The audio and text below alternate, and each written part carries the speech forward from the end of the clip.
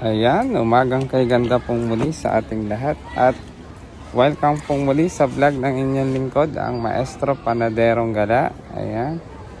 At nandito po tayo ngayon sa isang area ng aming gulayan sa paaralan, ang aming pangalawang may trellis. Ayan, nakikita nyo po, ang dami pong gluter natin yan.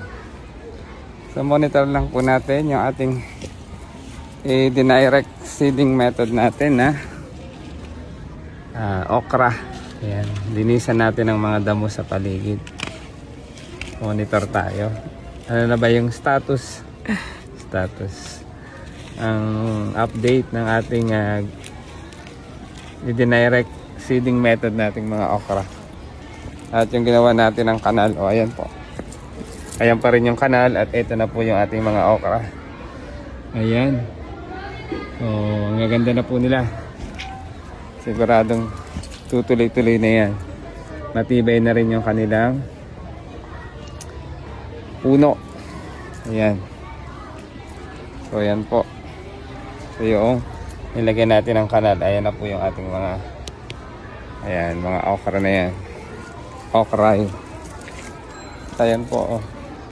Ayan. So ayan po yung updates natin ng ating mga okra. Ito po din sa kabilang plat. Ayan na po. Direct seeding method po natin yan. So yung mga may deformalities, tinatanggal po natin. So may mga sakit na halaman. Then yung mga damo sa paligid ay binubunot din natin. So marami na po dito. Marami ng mga okra. Ayan na po. Ayan, so ito po yung pangatlong plat. Ayan. Pang-apat. Pang-lima. At ito pang-anim. Ayan. Ayan na po yung ating dinirect na mga okra. Ayan. Linisin lang po natin. Weeding ang tawag po dito. Weeding. Tinatanggal po natin yung mga weeds sa paligid kapag isa sila sa mga nakakaagaw ng nutrients. Ayan, gulayan tips. Nutrients na kailangan ng ating mga halaman. Tamang tama po, maganda yung init at ulan. Kaya talagang gumaganda sila. Ayan. Nagbo-bloom. Ayan. Sa mga isang buwan lang po at sigurado mag-harvest na tayo dito. May pangsapaw na tayong muli sa sinaing. Ayan po. Ayan. So magdamo muna po tayo. Tapos pakita ko rin po yung updates ng ating mga pipino. So after po ng okra ay mga pipino naman yung direct seeding method natin. So ayan, monitor natin. Ayan, hanggat hindi pa mainit ay ating linisan kasi mamaya mainit na dito. Sa gitna pwede nating taniman pa ng mga mustasa. Yan, intercropping ang gagamitin natin. Yan. Yan, linisin natin. Bilis humaba ng mga damo. Bilis tumubo ng mga damo dahil panay po ang ulan. Eto na po yung ating direct seeding method naman ng mga pipino. Ayan, gagapang po yan sooner doon sa ating trellis. Ayan po. Ayan po yung isang plat ng mga pipino. Ayan, nilagyan na rin po natin ng fertilizer, vermicast, para tumibay yung kanilang mga puno. Ayan pa po yung iba. Ayan. Ito po yung pangalawang plat. Ayan. Ito po yung pangalawang plat. Ayan. Tubo na po talaga sila. Kagandahan po ng direct seeding method. Direkta na po sila dyan. Hindi na po sila gagalawin. At kahit po sila ay magkakalapit, ayan, gumagapang naman po. Ayan. Kaya okay lang po yun kasi creeping plants naman po ang pipino. Kaya aakayin na lang po natin yung paakyat dyan sa trellis na yan. Ayan po. Pangalawang plat po ng pipino. Ito po yung pangatlo. Ayan. So kahapon po nilagyan po natin. Hindi na po natin na videohan yung paano paglalagay natin ng vermicast. Ayan. Pero ito po yun. Ayan na po. Tubo na sila. O, diba? Nakakatuwa. Nakakatanggal ng pagod. Ito yung ating towel. Then bala ko rin po dito yung upo na tambuli. Lalagay natin sa gitna ng mga eggplant na to. Yan. Plus pwede rin natin lagyan ng sigarilyas. Yung ating pinapatubong sigarilyas to. Ililipat natin po ito. Yan. So ayun na po yung updates natin sa okra at pipino. Ayan. Ayan. So doon naman po tayo sa native patola. Ayan. So kung sino po ang gusto, ang nais ng blue ternate. Ayan o. Ang daming bunga. Ang daming bunga. Marami pong bunga yan. Ayan. Ito po yung bunga niya. Ayan. At ang dami pong bulaklak. O. Ayan. Pampababa ng blood sugar. Pampababa ng blood pressure. Anti-inflammatory. Ayan. Pampaganda ng kutis. Ayan. Pampatalas ng memorya. Ayan. Saan pa? Ayan. Mamitas na po kayo dito sa aming gulayan sa paaralan. Para ma-experience nyo po yung mga blue tar natin. Ayan. So, update tayo sa ating tin-transplant. Ito naman po yung transplanting method na ginawa ng inyong lingkod. So, bali dalawang paraan po yung ipinakita ko sa inyo at yung updates po ng ating mga method na pagtatanim na ginagawa. So, ito na po yung ating native patola. Ayan. Ayan po, isang plat po yan at gumagapang na sila. And later, ayan po, lalagyan natin ng screen dyan dahil bakante pa po ito sa aming trellis na yan. Lalagyan natin ng screen para gapangan o kaya mga kahoy o sanga-sanga. Ayan na po. Ang sarap sa pakiramdam po kapag nakikita mo yung mga halaman mo ganyan. Ayan po yung native patola na parang ampalaya, yung may gitli. Ayan. Ayan po. Bali dalawang plat na po yan.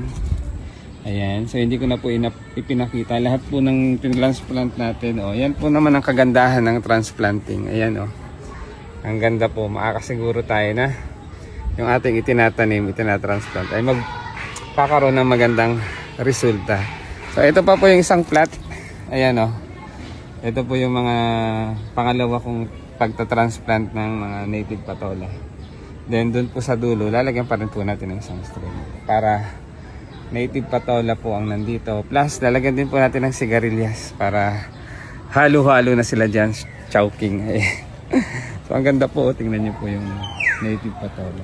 Yan. So, dalawang method. So, ipa-update ko rin po kayo dun sa hydroponics natin. O, sino po ang gusto ng saluyot. Ayan, mga indigenous vegetable po namin dito yan.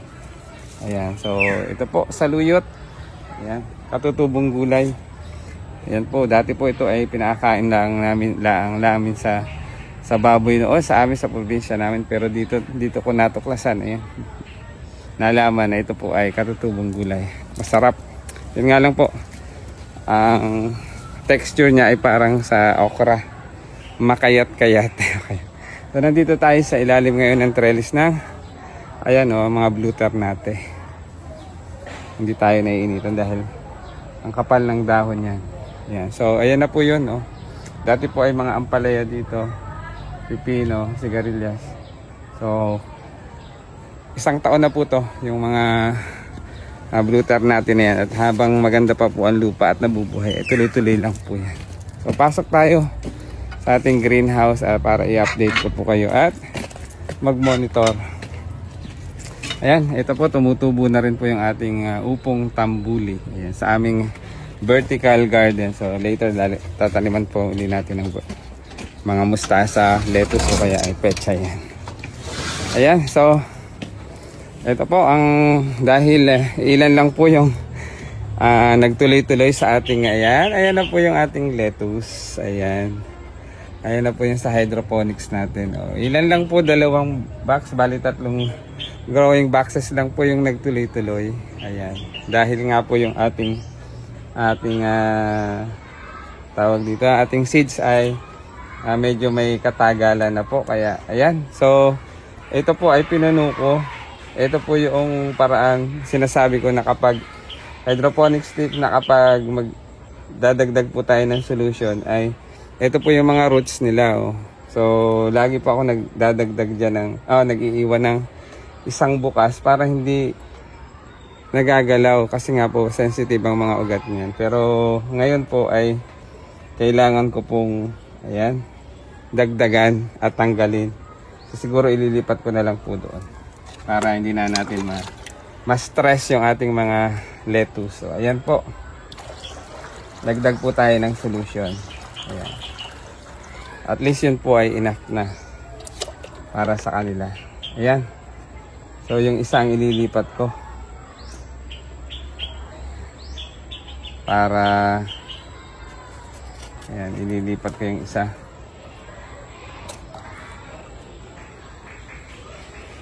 Ayan, para hindi po ma-stress. So, ililipat natin yung isa.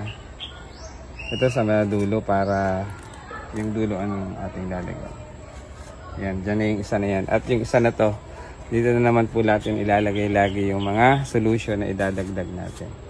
Ayan po. Ang ganda na po at ang init dito. Kaya ito yung tamang-tama para sa mga lettuce na yan. Oh, ayan po. Yung iba po ay kasi nga po yung mga seeds ay hindi 100% ang germination. Kaya ayan. Mabagal. Ito na po. So, trial and error po talaga yan. Pero ito po, ito yung mga nag-success natin. Ayan. O, ayan po ang hydroponics updates natin. Ayan, dito sa kabila. Sapat pa yung tubig. Pag na-measure po natin na nakikita natin na sapat pa yung tubig, ay hindi pa naman po natin kailangan dagdagan pa ng hydroponic solution. Yan. So, maraming salamat po sa panonood. Sana ay nagustuhan ang aking reels and video. Ayan. Makakapal na naman ang mga damo sa mga herbs natin. Kaya, need nating bawasan. Ayan. So, maraming salamat po sa panonood. Sana po ay nag-enjoy.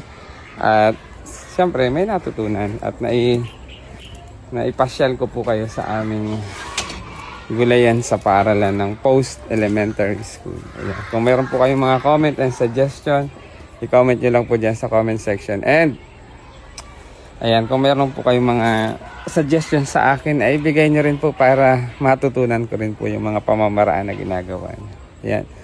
So, thank you for watching. So, sana po ay nag-enjoy. So, habang bago po ako tapos ng aking reels and video, nais ko pong pasalamatan ang ating mga stakeholders mula sa NUPA program ng Calabarzon. Ayan, kay Ma'am Shell at kay Sir JP. Ayan, Sir JP, need na po namin ng seeds. Ayan, Olmeti ng lettuce, and then vermicast. Ayan, mention. Ayan, Ma'am Shell, salamat po sa intervention. And then sa ating mga DA Calamba City na partner, ayan, mula sa DA Calamba City, kay Ma'am Garrett, ayan, kay Ma'am AC, kay Ma'am Lani, ayan, at siyempre sa kanilang head, kay Ma'am Ruby, ayan, shout out po sa inyo, maraming salamat sa mga intervention, ayan, at sa ating mga kapwa guro na sumusuporta at patuloy na nag-a-avail, ayan, bumibili ng ating mga mga organic produce dito sa ating gulayan sa Paaro. Shout out po sa inyo. Lalo tigit sa ating masipag at supportive na principal, kay Ma'am Maria Lourdes Montiel. Ayan, shout out po sa inyo, ma'am. Good morning po. At syempre sa ating mga parents din na nag-a-avail at sumusuporta sa ating gulayan sa Paaro. Shout out po sa inyo. Sa ating mga ka-FB Reels, ayan, ating mga ka-FB Reels, ayan, sa ating mga kababayan dyan sa Barangay Biga, ayan, shout out sa inyo.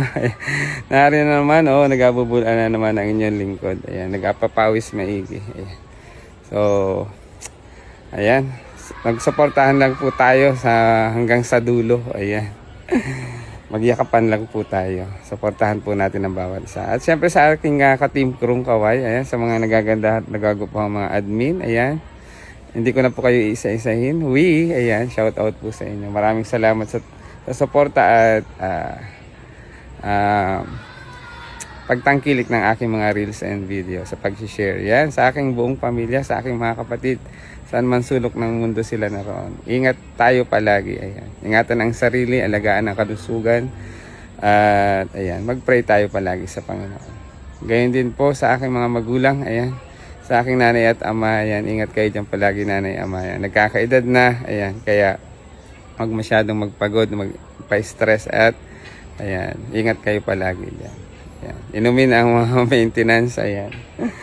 Katulad ko, umiinom din ako ng maintenance. Ayan. So, at higit sa lahat po sa aking may bahay. Ayan, kay Ma'am Elaine. Ingat ka palagi. Alam mo na yon.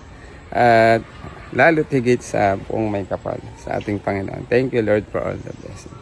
Muli, ito po ang inyong lingkod, ang Maestro Panadero. Galing sasabing mapagpalang araw, mainit na umaga sa ating lahat. Thank you for watching and God bless us all. Share na yan at mag-follow na.